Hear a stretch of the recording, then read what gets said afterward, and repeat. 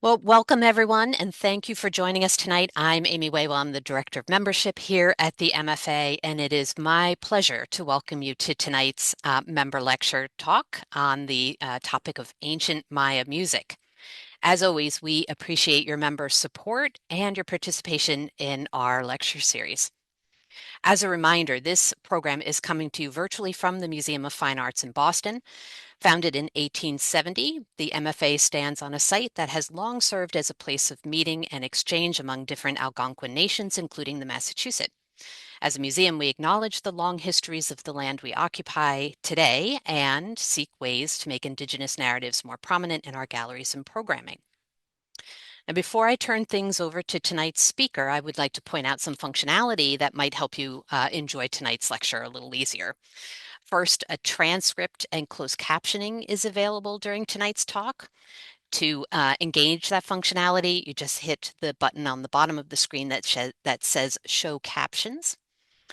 And secondly, if you have a question during tonight's program, please use the Q&A function in Zoom, which is actually right next to the closed captioning button, and ask your question. And we will be sure to leave some time at the end to answer as many as we can. And tonight now, I am pleased to introduce our speaker. Dr. Jared Katz is the Pappalardo Curator of Musical Instruments at the MFA. His research focuses on ancient American musical practices, examining both musical instruments and iconographic depictions of musicians. He has published and lectured widely on this topic and developed a technique to 3D scan and print playable replicas of ancient instruments for research and outreach. These prints were featured in an installation at the 2024 Whitney Biennial exhibition by artist Clarissa Tassin. He curated the 2020 exhibition Rhythm and Ritual, Music of the Ancient Americas at the Denver Art Museum, and the 2024 exhibition Clarissa Tassin, All That You Can Touch, You Change at the Racklin Murphy Museum of Art. Jared, thank you so much for joining us tonight. I'm so excited to hear about your research and also hear some of the replica instruments. Very exciting. Well, thank you so much for having me, and thank you for that introduction. I'm really delighted to be here with you all tonight and to share some information and some passion about pre-contact Maya musical practices. So let's delve right in. So I wanted to just get started by giving an overview of what I'm going to be talking about, a little bit of a roadmap to help ground us. Oh, actually, sorry. First, I'm going to start my timer so that I don't run over time and have time for questions. Let me do that. Great. Um, so tonight I'm going to start off at the very beginning by talking about the origin story of music. How did music end up in the terrestrial realm? Then I'm going to be talking about typological analyses of instruments that have been found in archaeological excavation and are now housed in archaeological museums or in art museums throughout Mesoamerica and the United States. Then I'm going to be talking about interpretations of depictions of musical instruments and musicians and what that tells us.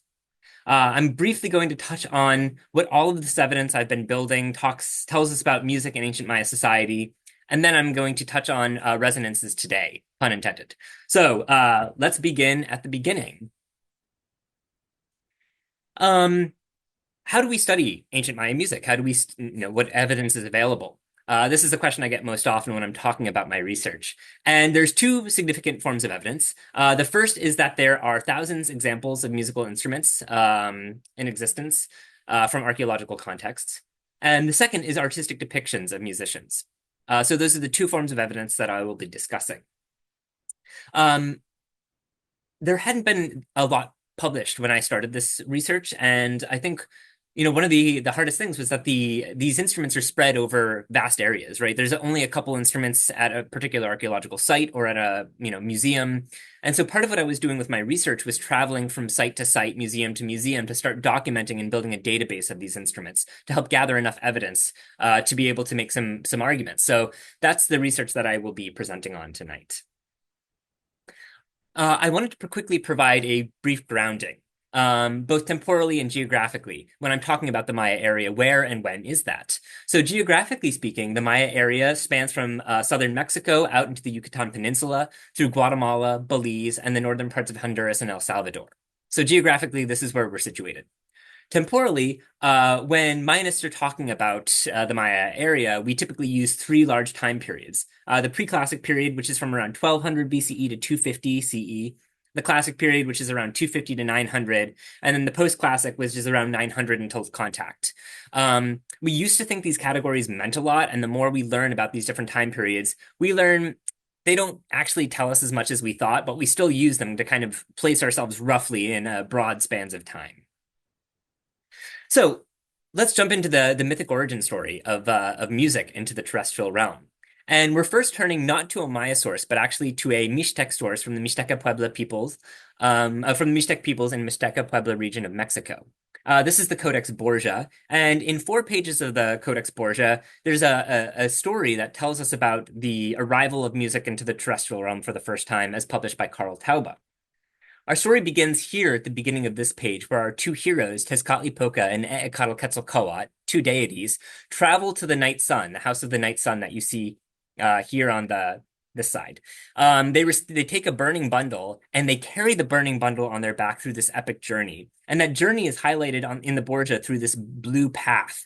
And so they go on this, they pass all these important sites, including the ball court of the diviner, and they end up in the watery underworld, which you see here.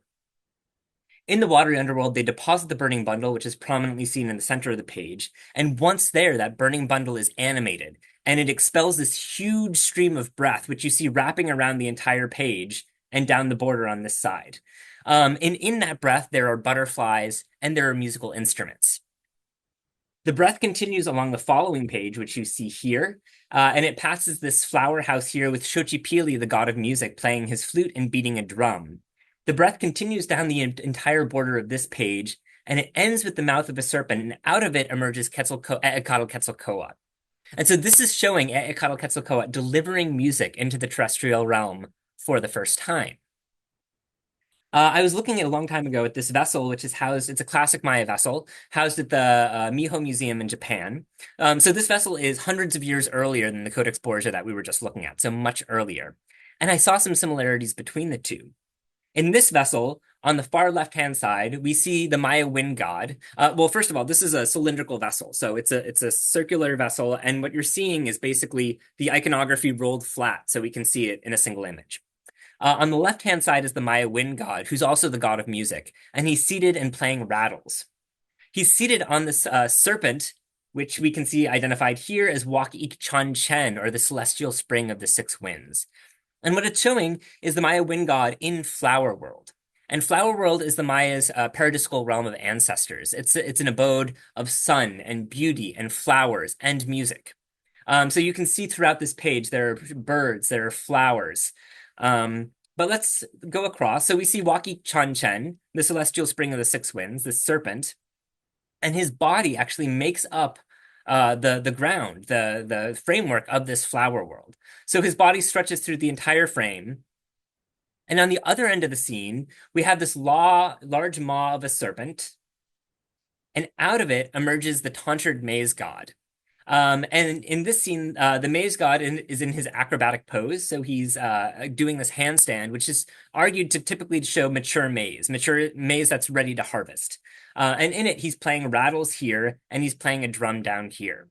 And so I argue that this is actually that same scene. We see the maize god traveling from the paradisical realm of ancestors, Flower World, bringing music that's being played on one side by the wind god into the terrestrial realm for the first time. So these are the two scenes next to each other. And again, these are centuries apart.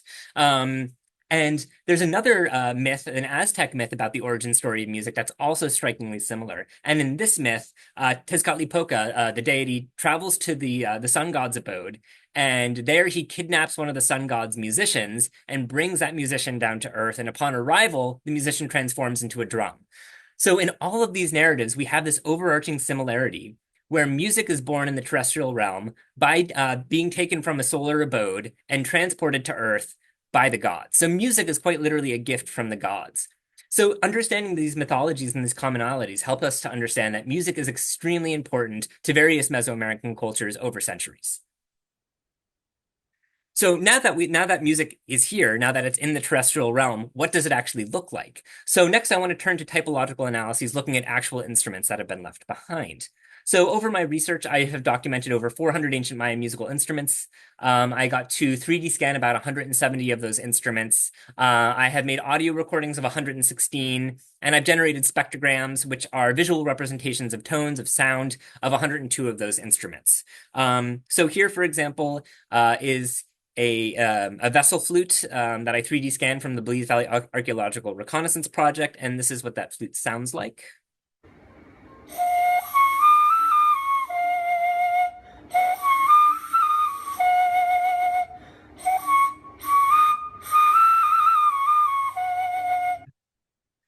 So throughout my data collection process, I worked, as I mentioned, in both archaeological laboratories and also in museums.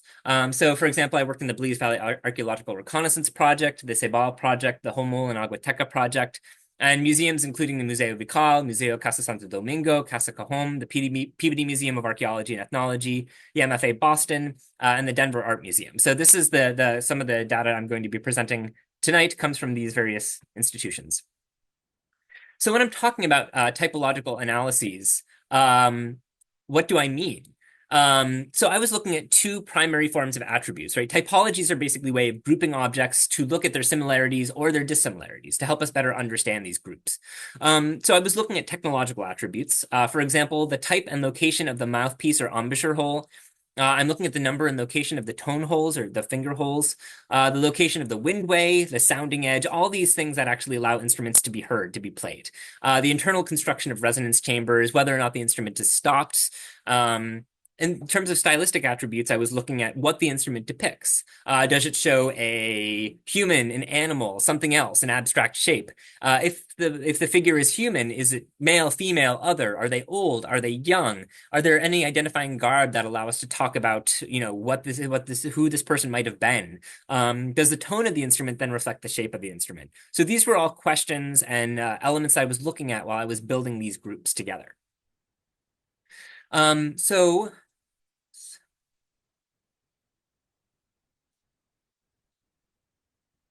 why do we do typological analyses? What's the point of it? There's a couple reasons. First, it allows us to understand similar types of instruments, right? How they are repeated, potentially how musical knowledge and technologies are being spread, both geographically and temporally. So I wanted to start to build categories to see if we could find instruments that are made in a particular region or in a particular time period. And by looking at a lot of instruments, by seeing their similarities, by seeing if they're cropping up in a particular place or region, it helps us to build evidence to make these groupings.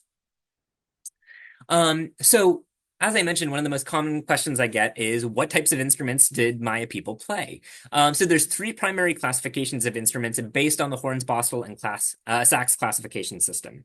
Now, obviously, ancient Maya people were not using the Horn-Bostel and Sachs classification system when they were looking at instruments, when they were thinking of instruments, but at least today allows us a shared language to think about how instruments are actually be able to produce sound. So the first category are aerophones, and aerophones produce sound by causing a column of air to vibrate. In the Maya area, those include flutes, ocarinas, whistles, and trumpets, and horns. There are membranophones, which create sound by having a membrane that vibrates, so those are drums, and then idiophones, where the body of the instrument itself vibrates to make the tone. So these are rasps, bells, and rattles. I'm now going to go through just a couple of the typologies and groups that I created to help you kind of better understand what these instruments actually looked like and sounded like. So I documented 53 flutes for my research, and there are two overarching classifications of flutes based on the type of mouthpiece that they have. And you can see both of those mouthpieces here. So there's this open embouchure mouthpiece, and this is played like a Western transverse flute today, right? It's really up to the musician to channel the air column to hit the sounding edge just right. So it's a little bit harder to make this instrument elicit a tone. It really involves the skill of the musician. Over here, we see a ducted mouthpiece, and the ducted mouthpiece has a duct, this little channel, that guides the air to hit the sounding edge just right. So ducted instruments are a little bit easier to play. I documented 11 ducted instruments. The primary attributes, and there's three of those ducted instruments fall into this single grouping that I'm about to talk about. And the primary attributes of those groupings are, of course, they have a ducted mouthpiece. They have 3 to 5 tone holes. Stylistically, in this particular group, they have a human head, a human face. And as I mentioned, 3 out of these 11 belong to the same specific type.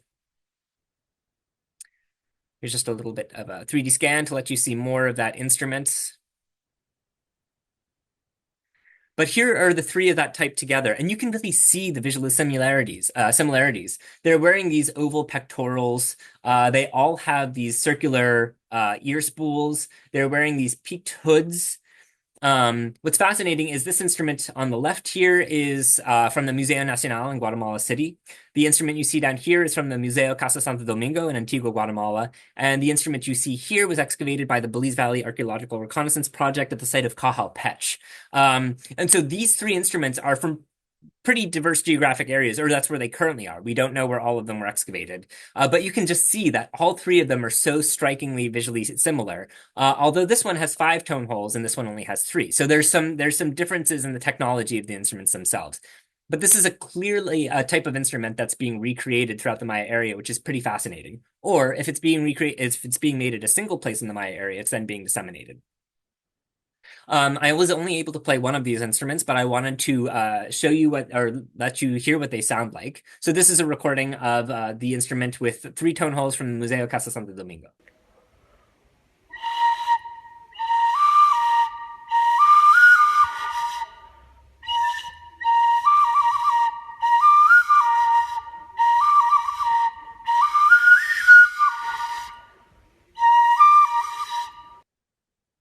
So the next class of instrument that I'm going to be talking about, they're referred to as polyglobular flutes. And the primary attributes of these instruments are they have open embouchure hole mouthpieces. They have 3 to 4 tone holes. They typically have 3 to 6 resonance chambers that are globular in form. So here you can see 1 resonance chamber, 2, 3. So that's what I'm referring to there. And they tend to depict more complete figures. And the actual technology of the instrument is kind of masked within the figures that are being shown. So here are 6 of those instruments shown together. And again, you can see the commonalities of technology, the open embouchure mouthpieces, the finger holes, how they're disguised in the body.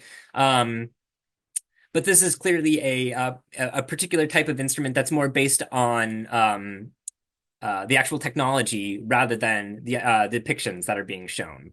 But what was fascinating, I got to play 6 of these instruments, and as I was playing them, they actually have repeated scales. So this demonstrated to me that the Maya people were actually tuning the instruments, and they had particular scales that they were shaping the instruments to form, which is really fascinating. And so I was very excited to learn this, and I'm going to play you some of those scales now just to show you how they are, they're not perfectly matched, but they are extremely closely matched, showing that they're tuning the instruments. So this is the instrument on the left being performed.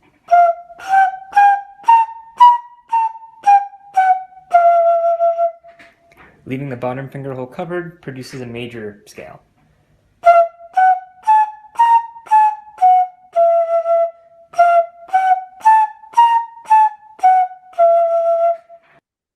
This is the instrument on the right.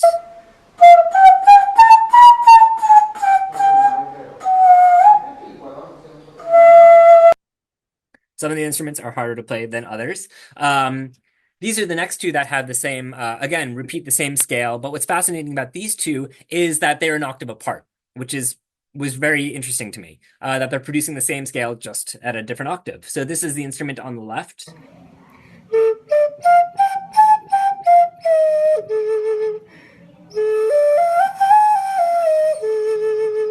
And here's the scale in leaving one of the bottom finger holes covered.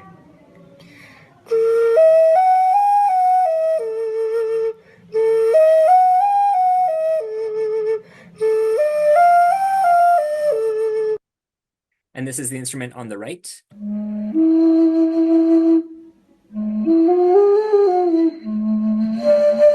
This instrument was able to produce overblown notes, which was also very interesting.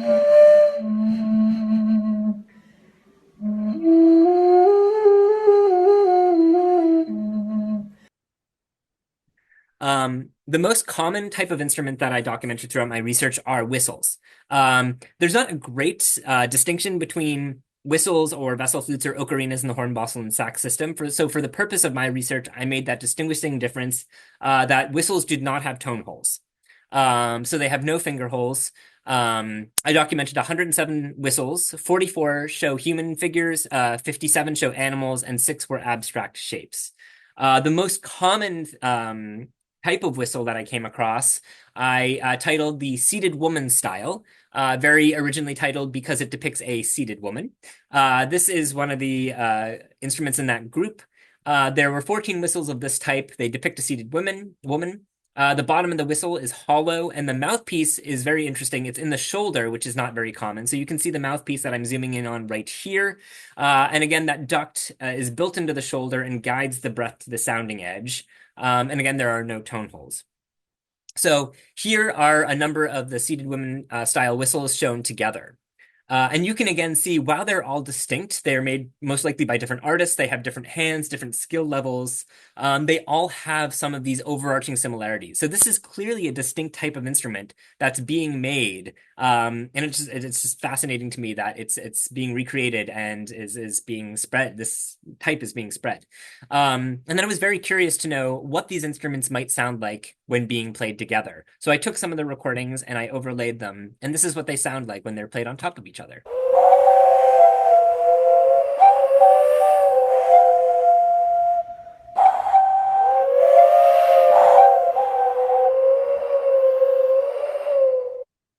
So one of the questions I would get a lot after talking about my research is, well, how do you know why is this an instrument versus a noisemaker or a sound maker or something like that? And I think this is a very Western way of classifying instruments. I don't think it was so black and white in the Maya area. And I also think that instruments like these that are only able to produce one note, or vessel flutes that are able to produce 2 or 3 notes, they weren't meant to be played by themselves necessarily, but by groups. And so these are softer instruments. They're meant to be played probably in a household setting, a more intimate setting. And when you layer a number of them on top of each other, very interesting things can happen. So I imagine that these were included in more group-like performances, group settings, and that music was a shared communal activity. I wanted to quickly talk about digital experimental archaeology and the 3D scanning of these instruments. So as I mentioned, these instruments were spread over a wide area. And so a part of why I wanted to 3D scan them was when you have an image, you're missing some of the details, right? I wanted to be able to see where all the tone holes were, or I wanted to see how the mouthpiece looked exactly. And I wanted to just be able to freely rotate it around to look at these details.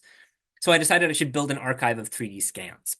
One of the museums I was working at was in Antigua, Guatemala, and they put me basically in the back of the museum behind this glass wall, and it was right next to a school. And school kids would come over sometimes to watch me play and record and document these instruments. And it really bothered me that I was given access to them when community members were not given that same level of access, just because of my academic privilege and being allowed into as a visiting researcher. And so I wanted to try to find a way to make the instruments more accessible for people. And so I thought, well, I'm already 3D scanning them. Could I 3D print playable replicas so that they could be used by school kids and artists and anyone interested? Um, and so the methodology I relied on for this is photogrammetry. Basically, you take a bunch of pictures of an object, and then the software stitches them together to make the 3D model. Um, when you make the 3D model, though, it basically is solid, right? It doesn't capture the internal ductwork. It doesn't capture the internal resonance chambers. So then I needed to use software after the fact to go in and digitally sculpt those out, to hollow out the resonance chambers, create the ducts. The most important thing to get correctly when going through this process is the sounding edge here. The sounding edge really needs to be right, and if it's not, then the instrument won't sound correctly, or the tone will be really different. But what I found through this work is that I could actually get the instruments to sound more, the 3D prints to sound much closer to the originals than I had expected to be able to. So this, for example, is a recording of the instrument on the left.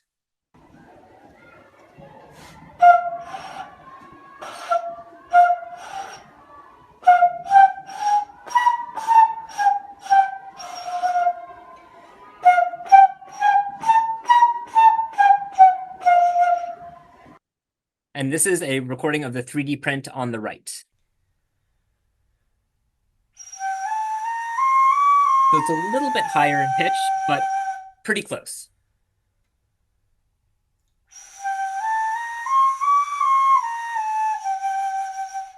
And then I just wanted to have some fun with it, see what it could do.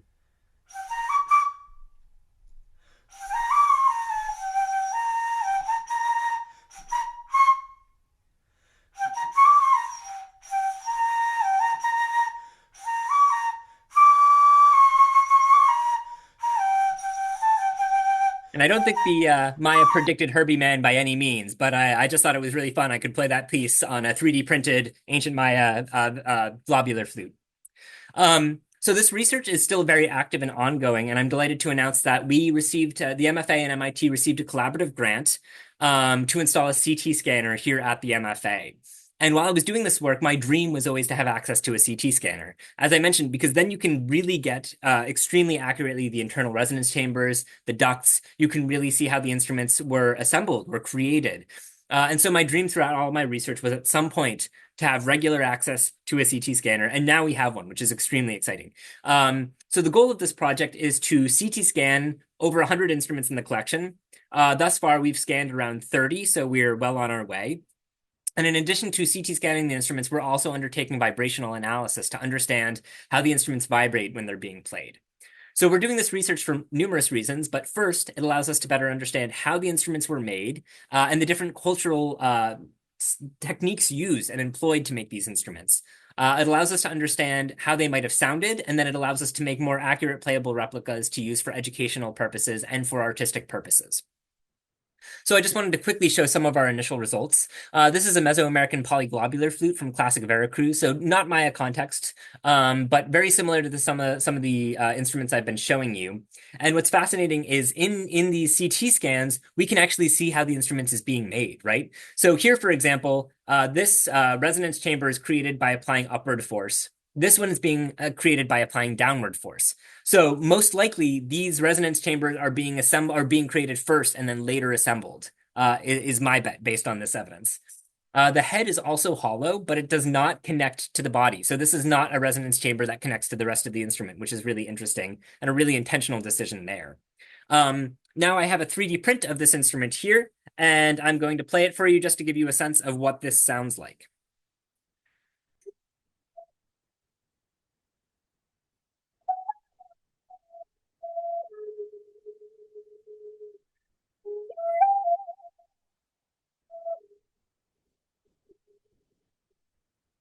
So that's that print, and that's what this instrument sounds like. This is a Paracas whistle from the Andean coast. Earlier, it's around 600 to 175 BCE. Here on the left, you can see it all tucked into the CT scanner, about to be scanned. But in the center, what I want to point out is you see these rings of density. And what that shows us is that this artist actually made this whistle but using a coiling technique. So he coiled the clay, or they coiled the clay, and then they smoothed the clay out. So we can actually see how the various artists and makers are making these fantastic instruments hundreds, thousands of years ago, which is extremely exciting through this research. So we're actively undertaking this work. A lot more will be coming out, and hopefully pretty soon we'll be working with some of the fantastic Maya instruments in the collection, and I will be able to report more to you all shortly. So conclusions, systematic typological analysis of musical instruments greatly aids in our understanding of what music would have been like, right? It actually shows us the instruments that are played. It helps us to understand how musical information and technologies are shared over time and across space. And the digital reconstructions of these instruments help us in reactivating those instruments and making them accessible to artists, musicians, students, as many people as possible. I'm now going to turn to looking at just a couple depictions of instruments in artwork and what this shows us and how it's different. So, for example, when we look at artwork, we can see which instruments are played together and certain ceremonies where particular instruments appear. So it allows us to much better understand how these instruments are being used and in what context they're being used. A really interesting thing is that aside from particular types of drums and some conch shell horns, almost none of the instruments found archaeologically are depicted in artwork. So what this shows me is that a lot of the artwork we're going to look at is elite artwork. It is commemorating large events, spectacles, seeds of dance, ritual performances. And a lot of these larger instruments that were made to really create spectacle, be loud, project, are made out of perishable materials, and so they didn't preserve. And what has preserved are these smaller ceramic instruments that were probably used in smaller, more intimate household settings. So what we're seeing is different types of instruments used in different spaces So, of course, there's different genres of music being performed based on the context. In artwork, we have depictions of trumpets or horns, conch shell trumpets and horns, flutes, drums, turtle shell drums, rasps, tigreros, rattles, trombones, and chickawaslis, which is a rattle staff. I'm going to go over just a couple of these really quickly because I think they're really interesting. Starting off with trumpets or these horns. As you can see from this image here, the horns are much taller than the musicians themselves, and this is pretty common in the depictions. The horns are quite large in size. We believe that they're made of potentially wood, tree bark, or in some cases, gourds. There's no indication of tone holes, so the musician would have really needed to alter the pitch using embouchure of lips and intensity of the air column. These were used very intentionally, or they're shown being used very intentionally to create a sense of spectacle. These would have been extremely loud instruments. So, for example, we see a lot of these horns being used in the Maya ball game. And the Maya ball game is a sporting event, yes, but it's so much more. It's a political theater. It's tied to religion. For example, in the Maya mythology, the Quiche Maya's origin story, known as the Popol Vuh, the two hero twins venture into the underworld and they play the Lords of Death in the ball game and end up winning by cheating. So the ball game is tied into so many different facets of Maya culture and society. And here we have a ball game that's about to begin. We have two players that are squaring off against each other in the ball court. And right behind them, we have two musicians. One is playing a conch shell horn, the other a trumpet. Right. And they're wearing garb that's very similar to the ball player. So these musicians are supposed to be here, right? They're part of the spectacle of the event. And the sound of these instruments would have been resonating out, hitting the stone ball court that you see in the background, and then projected upward and out. So the entire area would have known that this ball game is happening. It's generating a sense of spectacle. And just like we expect certain things at sporting events today, right? We all rise for the national anthem, things like that. This is a really intentional part of this event and the spectacle. However, there's different types of music complicating the soundscape of ball games. So this is another depiction of a ball game. Here we have a player that's just struck the ball with their hip. It's flying towards the opponent team. And then in the stands in the background, we have these two friends who are watching the game. Their mouths are open. They're either shouting, they're singing. One of them is playing rattles. And so there's this informal music happening as the ball game itself is going on. And this is so similar to today, right? Where people are playing vuvuzelas or beating drums or just creating sound in the stadiums of sporting events. And I think it's so powerful that we can share this direct connection with a Maya person that lived centuries ago, thousands of years ago. Where we can have these spectacles of sport that are so similar now and then. It just speaks to the shared commonality of the human experience, I think. This is a fantastic little scene from West Mexico in the Yale Art Gallery. In it, there's a ball game in play, but up in the stands, again, we have this musician who's playing rasps. So just the presence of music and at these events that's complicating the sounds that are projecting up and out as the ball game is in play. Probably my favorite piece of art is here, which is surprising to many people. But this is an informal piece of graffiti that's actually carved into a building in Tikal, a site in northern Guatemala. And in it, this person is capturing, just sketching kind of abstract, or sketching informally a ball game in process. And what we see is four ball players, the opposing teams, the ball itself, the ball court, and then up in the stands, there's someone playing a trumpet. So even this person that's just carving kind of absentmindedly into the side of a building, in their mind, you know that music and trumpets in particular are going to be part of the ball game. And so they include them in this depiction. Trumpets were used in other events of spectacle. So, for example, this is depicting a state visit. This ruler is being borne aloft, and there's a whole retinue of trumpet players around him, right? So you would have known that he was approaching from miles away. It's creating the sense of grandeur, of spectacle. And in the Maya area, it's rival city-states that have power, and then they grow their power by conquering, taking over surrounding city-states. So there's these webs and networks of power that happen, and rulers would go between them to check in, status, to have these stately visits. And this is a way of really announcing when these prominent rulers are coming. And trumpets are also used in scenes of warfare. So this is from the Bonampak murals.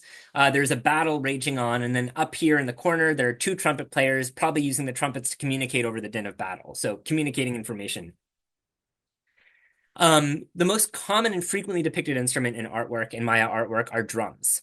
There are 8 different styles of drums that are shown in artwork. There's a variety of different strategies used to play these different types of drums, and some are depicted more frequently than others. And I'm not going to spend a ton of time discussing drums because there's so many, but I at least wanted to show you some of the styles because they're so prominent. So on the left, we refer to this style of drum as a wewitl, which is a Nahuatl term. But we still kind of use it in this context, even though it's not from, that term is from Nahuatl, the Nahuatl language. But this is a really important ceremonial drum. Typically, it's shown with jaguar skin as the head of the drum. Those dots on the drum head indicate that it's jaguar skin. And so this is an extremely loud and ceremonial drum. We have the smaller drum that's shown in a little bit more intimate spaces. That is almost a smaller version of the wewitl. Still has that Toulouse tablero style bass, jaguar skin on the top. But then there are other drums that are played either under the arm or even smaller drums that are played typically by dancers and in the hand. And sometimes those drums are shown with someone also playing a flute. But there are a large variety of drums, and I at least wanted to show you what some of those look like. One of the questions I get a lot is, are there any stringed instruments in the ancient Maya area? And this is the only known depiction of a string instrument that I know of. None have preserved. It's referred to often as a tigrero. But basically what we have is that there's this string that attaches this gourd at the bottom to the stick at the top, and you would drag the serrated stick across this stick, causing the string to vibrate and then the gourd to vibrate.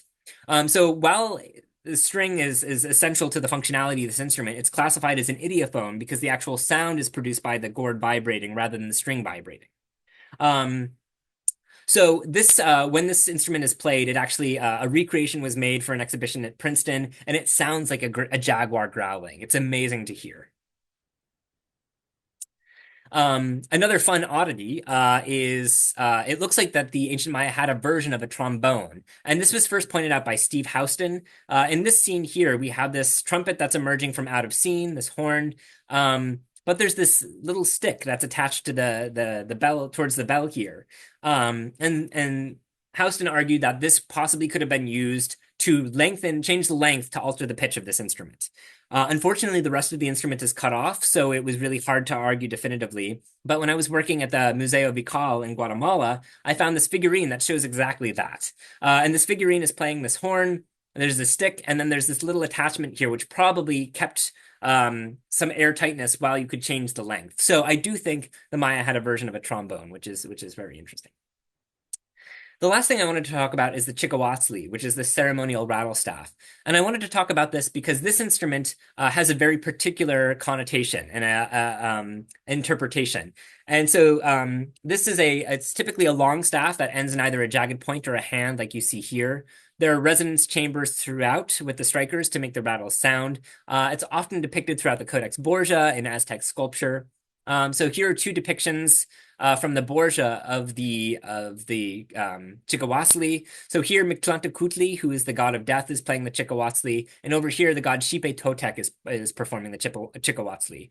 And this rattle staff in particular is very closely associated with the deity Xipe Totec, who's the god of fertility and agricultural fertility and rebirth in particular.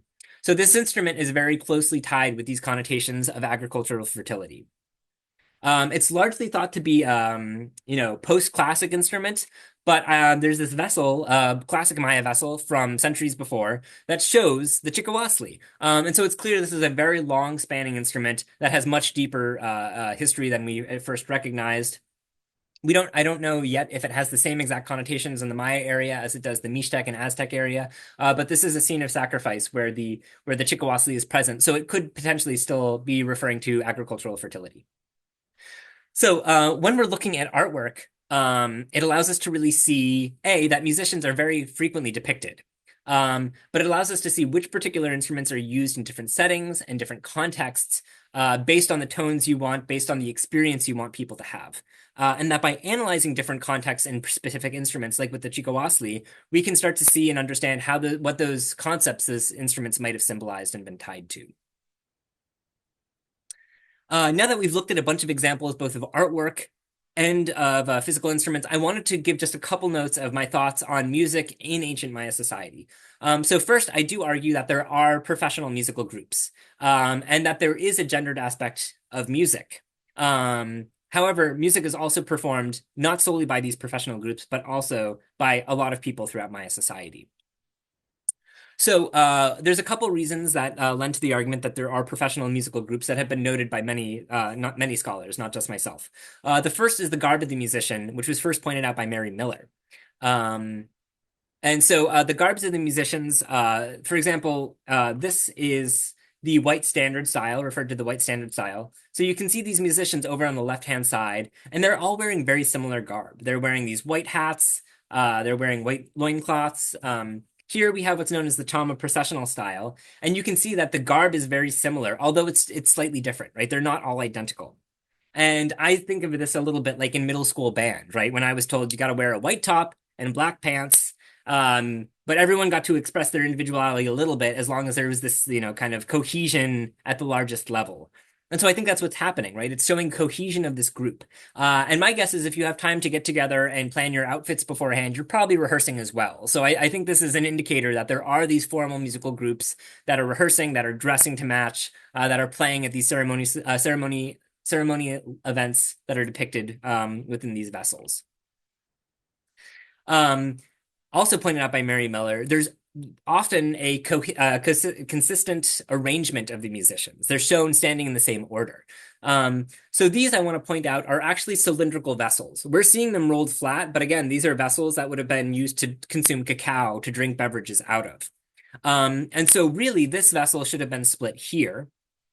And what we have is a rattle player, a whistle player, and then someone playing a turtle shell carapace. Here's another classic Maya polychrome vessel. Again, we see the same order: rattle, a whistle, and a turtle shell carapace. And here in the Bonaparte murals, which is the largest depiction of a Maya musical group, we have the same order, just with many more musicians. So we have the rattles, the whistle, and the turtle shell carapaces. So what we have is matching garb, consistent order of presentation, similar to Western orchestras that always sit in the same spots. And the consistency is probably in part based on how loud those instruments were, right? How much they could project. So this all points to the fact that there are these formal musical groups performing in Maya society. What's interesting is that there are no depictions of women performing in these formal musical groups. That being said, there are many examples of women being buried with musical instruments. And, a long time ago, people were saying, oh, well, the fact that instruments were in the tombs of women doesn't necessarily mean they were playing them. But, in some of these instances, women are being interred with 20, 30 musical instruments. And I'm, pretty certain they were probably playing those instruments. And so what this shows is that women are certainly playing music. And maybe they're even playing in these professional groups, but they're not being depicted in them for some reason.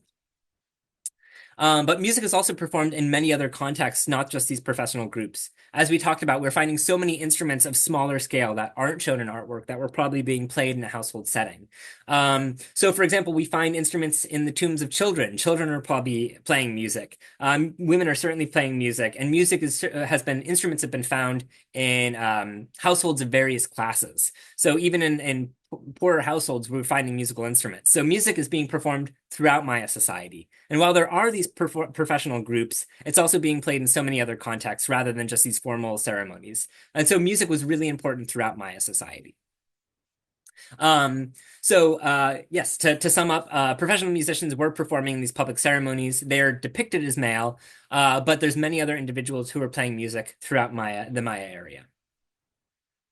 The last thing I wanted to quickly talk about is how important pre-contact music is today. And a number of artists have been turning to pre-contact Maya music, Aztec music, music throughout the Americas as a form of resistance to really celebrate culture prior to the arrival of the Spaniards. And Clarissa Tosin is one artist who's engaging with this. And she approached me about a project a number of years ago where she wanted to film a film in Maya revival style architecture in LA. And the Maya revival period is in the early to mid 1900s. A number of architects are building in LA throughout the United States that are referring to Mesoamerican architectural styles, but aren't overtly giving credit to those cultures. They're kind of co-opting some of these visual motifs without giving the credit where it's due. And so Clarissa approached me and asked if we could do this collaborative project where she wanted to imbue these spaces with music and poetry to reclaim it for Maya descendant communities, to reinsert contemporary Maya peoples into the narrative, and to give this architectural style back to the people where it emerged from. And so originally she had reached out to a number of museums asking to borrow musical instruments, ancient Maya musical instruments in the collection to perform in these various sites, and didn't get initial permission. So then she reached out to me to ask, could I 3D scan and print a bunch of these replicas, which is what we ended up doing. So for this project, we printed them in ceramic, as you can see here. Alethea Lozano is the principal flautist of the UNAM Orchestra in Mexico City. So she was the flautist who performed all of these instruments for the video piece. Michel Agnes Magalhães is a Brazilian composer, fantastic composer who wrote the music for this work, and it ended up being a video piece. And the video and an installation was included in the 2024 Whitney Biennial exhibition that Clarissa curated. And it was just a really fantastic project. We released a book about the collaboration and all the work that went into it. And I just wanted to show a brief clip of this project to really emphasize the fact that when we get these instruments, these replicas into the hands of musicians, artists, many different people, it's amazing what can happen and how many, Alethea was able to elicit tones out of these instruments that I never could have. And so it was just a really fantastic collaboration. And I want to show a quick clip of it now.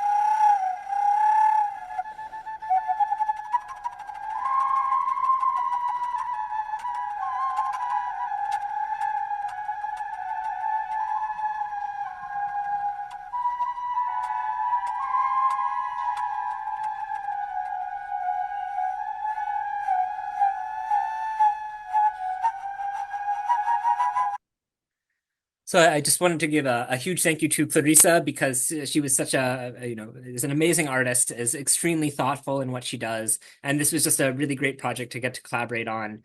And yeah, I encourage you to look up her work. She's truly fantastic to work with. But this is the hope of these replicas, right? To not only use them for educational opportunities, but to create so many more opportunities for composers, for musicians. And this is what we're hoping to be able to do more effectively with our CT scans and with our research with MIT is activate more of these instruments, make them sound more similar to the originals, and do this in really innovative ways. So to conclude, I just wanted to go through, basically some of the main points where if you take away 2 or 3 ideas from this, if in a year I see some of you on the street, even though I'm not seeing all of your faces right now, maybe one of these will stick in your mind.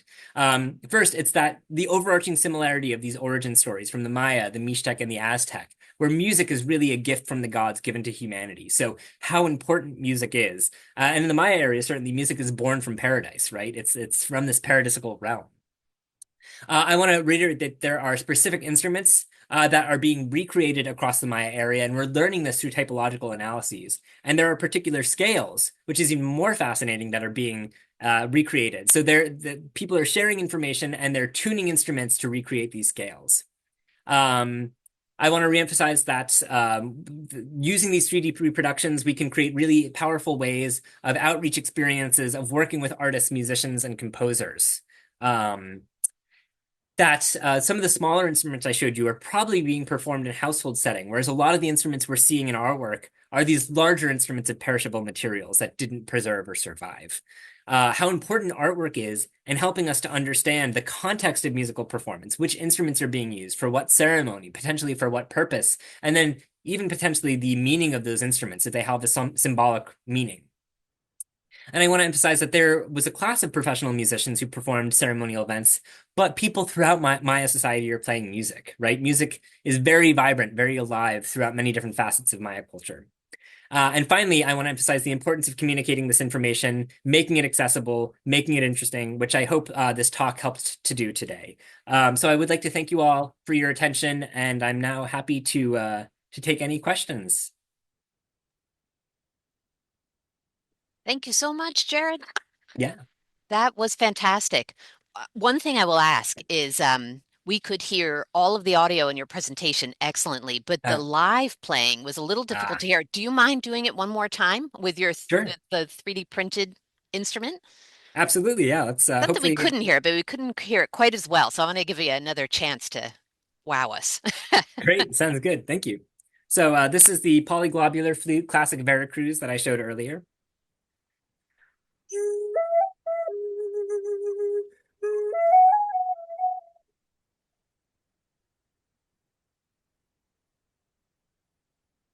Oh,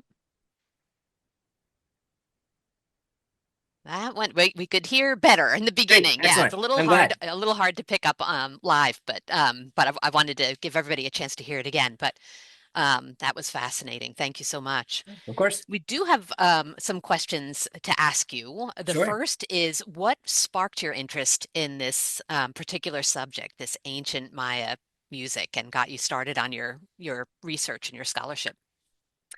Yeah.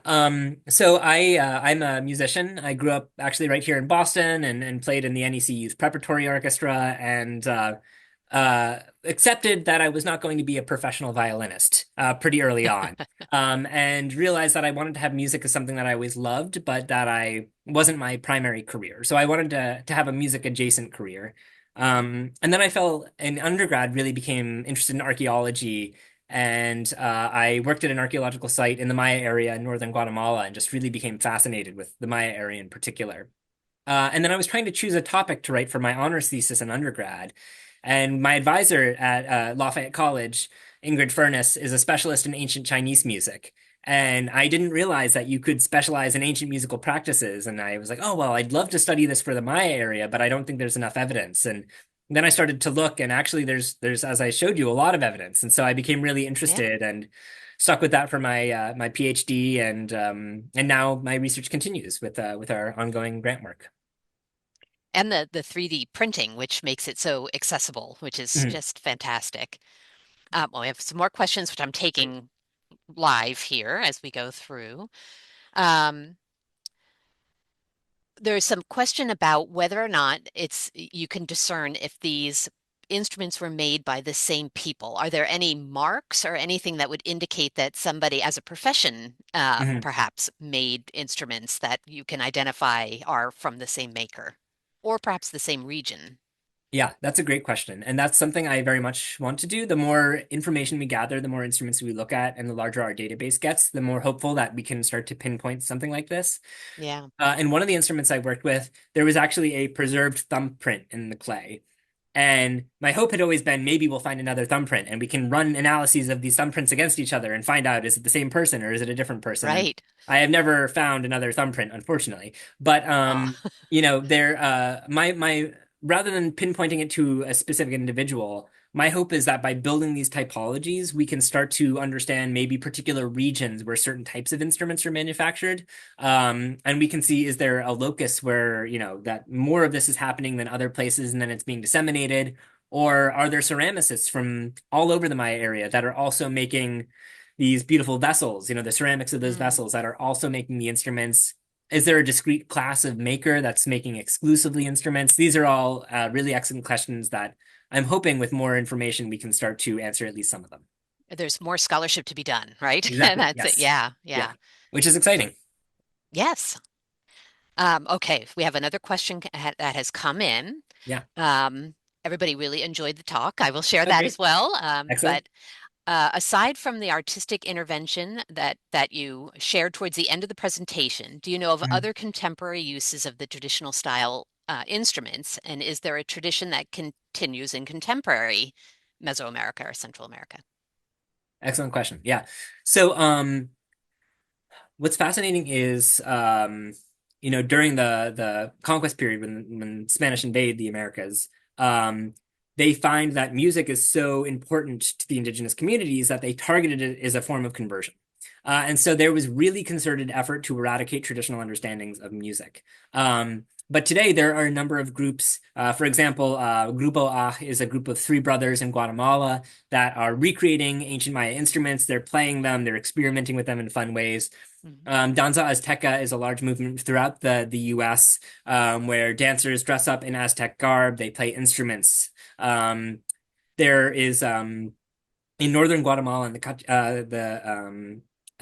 there's the Rabinal Achi, which is a centuries-old play with musical accompaniment that's been, that we know has been continuous for at least several centuries.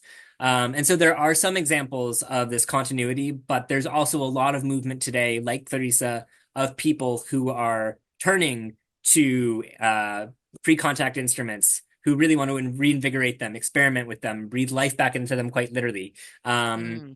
and so, we also see, sorry, I'm giving this in a slightly scattered way, but, for No, example, no, in no. the early 1900s, composers in Mexico City are composing for, Western orchestras, but they're including in those compositions some of these reproduced ocarinas and vessel flutes and whistles, as they're finding their national identity, as they're turning to pre-contact cultures, the Aztec, Maya, for these inspirations. And so, we do see a lot. I mean, personally, I think music is extremely important, and I see a lot of artists and composers who are turning to these instruments for inspiration. Yes, great. Let's see. Somebody is asking, we have a member asking, can you speak to the connection of music and dance in Mayan art and archaeology? Absolutely, yes. Yeah. So there are many iconographic scenes of dance, ceremonies of dance, with musical accompaniment. And Hmm. so music is certainly a key aspect of these ceremonies of dance, and we see them at different scales. So some of the depictions have large scenes where there's many people, and there's a whole court gathered, and there's the ruler seated on their throne, and there's a dancer performing, and there's a musical group in the background. But then there are some much more intimate scenes where we only have a couple players, and sometimes those dancers are actually playing the instruments themselves. They're shown Hmm. in poses of classic Maya dance, arm raised, foot upraised, and they are performing whistles or they're performing flutes or rattles. Um, and so yes, there's many of these scenes, and also there's a lot of there's been both depictions, but also some garb of like dancers, for example, would wear shell tinklers.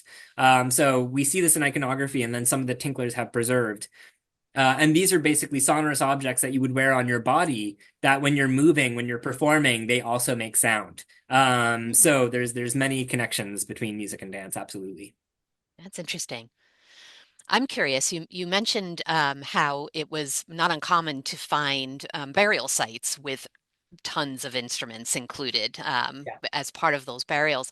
Are there depictions of instruments being played in any kind of funeral depiction, or is that not so common? It seems like if it's important enough to be buried with musical instruments, they may be part of a burial ritual of some sort. I'm just curious if that's the case. Absolutely. We have many instances of it's clear that musical instruments are played at these funerary ceremonies, and in Hmm. many cases they're ritually smashed at the end. And this is to Interesting. remove any potential power or agency from them that they've gathered throughout partaking in this ceremony. So we have that. And there are a number of depictions, like I showed, of rulers being borne aloft in these, palanquins almost. And some people have argued, as I did, that these are showing state visits to other sites. But some Mm. people have said they actually might be almost funerary processions where the leader is being borne aloft to then, be interred. I think the state visit argument is where I kind of learned, but some of those makes a lot of sense. Um, Yeah, and but I mean, I think the strongest form of evidence is certainly the ritual smashing of these instruments at many burial sites. burial sites. Yeah. Fascinating. Um, we have somebody asking if there are plans to recreate the instruments in the original materials. And it sounded like at the end that perhaps there were some that were 3D printed in clay, but Yep. I wonder if you could elaborate on that. Yes. So for the work with Clarissa, we printed those in clay. And then we actually dipped that clay in terracotta to make it more similar to the original instruments. Um, One of the things we're trying with MIT right now is we're printing in plastic, but we're also experimenting with ceramic casting. And all credit to this goes to my colleague Benjamin Sabatini. Mhm. And Benjamin has been doing a lot of experimental work, seeing can we create molds of the instruments, the exterior molds, but then internal molds. So we can Mm. basically the internal mold is made out of a wax of some type. And then we put the ceramic in, and then he fires it, and then the wax in the interior leaks out, leaving the resonance chamber behind, and then the exterior mold creates the perfect replica. Um, Interesting. so this is still ongoing. We haven't gotten a an identical match yet, but I think it's really interesting. Um, and then certainly the hope is to work with contemporary makers and artists to commission some replicas of these as well. So we're not only turning to these kind of 3D printing and 3D casting techniques, but we'll also commission some artists to work with this material too. Oh, that's great. And that actually is a sort of a follow-up question from somebody else, which Yeah, I think you've inspired some maybe budding Maya musicians, because there's a amazing. question about whether the scans or the ability to make these instruments has been made public at all, so that they can be more available. So I think you've inspired some folks. Well, that's great. So yeah, I mean, originally when I was beginning this research, as I mentioned, my grand scheme was to start an open source website to basically house all these scans so people around the world could study them and print them and play them and make them really accessible. Mm, And then I quickly found out as a poor grad student that it's very expensive to have a website that's able to host that much data. And so right. that project didn't end up becoming as accessible as I had hoped it would be. Um, but for our work with MIT, we're hoping to at least make some of the scans accessible for exactly those reasons. And certainly the hope is to as I was saying, make them accessible for student groups and for, classrooms to be able to do units on this material. And so we are still Right. hoping to be able to make it accessible. That's great. Maybe we have time for one more question. Sure. I know at the end, Clarissa is playing playing instruments from what looks like written music, and there is a question about whether or not there is evidence of any written music that survives from Mm. that time period, or what was it that she was playing? Was it something traditional, or was it something more contemporary, played on a classical or on a an ancient instrument? Great question. Yeah. So in the video I showed, that's actually Alethea who's performing on the flute. Oh, I'm And that was sorry. oh, no, Yes. that's fine. That's fine. Yeah. And that was written by Michel, who's a contemporary composer. So that was a piece very much composed for this time-based media work that Clarissa was making. Um, And I mean, it's a fantastic composition, and it really shows the range of what these instruments were able to do. Um, it doesn't seem like there's any notation that has been saved or preserved. It seems like music was very much orally communicated and passed down. During the Spanish colonial period, there were Spanish friars who were transcribing some music from different Maya communities. So we do have some music that's still recorded from the contact period. Um, but it doesn't look like there was anything written down previously, at least that we know of. Got it. Wonderful. Well, thank you so much Yeah. for taking the time tonight to share all of your research with us and with our members tonight. A lot of comments coming in about really enjoying the talk, and hearing the instruments played as well was a real treat. For everyone at home, if you haven't planned your next visit to the museum, I really encourage you to do that and spend some time in the musical instrument gallery as well. It's a fascinating place.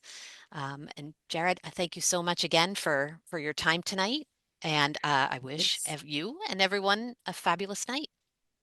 Thank you for having me. In addition to the musical instruments, down in LG 33 in the lower level of Art of the Americas, there's a fantastic display of some ancient Mesoamerican instruments. So I encourage you to go and check those out too. Excellent point. Yeah. Thank you so much. Thank you so And much. have a wonderful night. Thank you. Thanks.